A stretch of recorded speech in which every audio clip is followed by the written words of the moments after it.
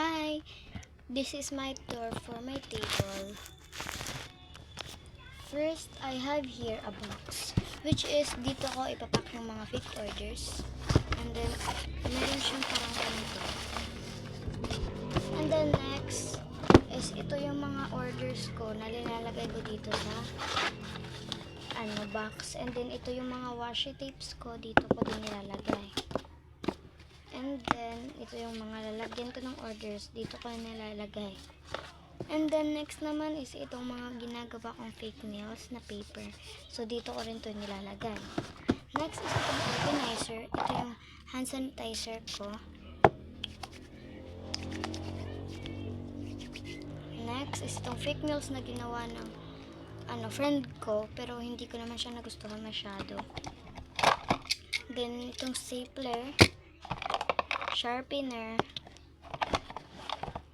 tape,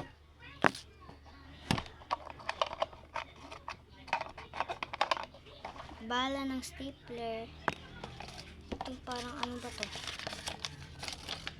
Parang extra paper pa siya. Basura na to, guys. And then itong parang ginagawa ko sa squishy, itong cotton. Ibalik na natin. So, ito rin pala yung ginagawa mong perfect circle.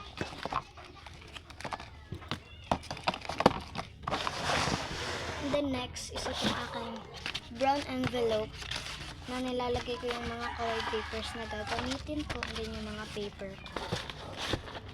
And then this is my DIY pencil holder. May mga laman na siya, which is color, highlighter, marker, and ball pen. Pencil din.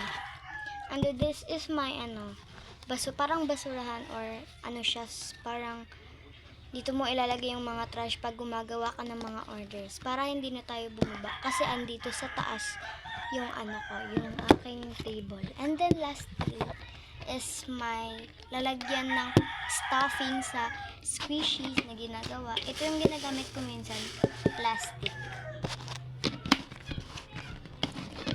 And then ito yung lalagyan ko pala ng mga stickers. Kaso naubos na siya dahil marami na nga akong orders. And then, yun lang para sa table ko. So, ito na yung final look ng table ko.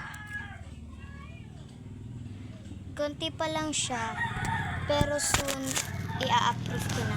So, bye!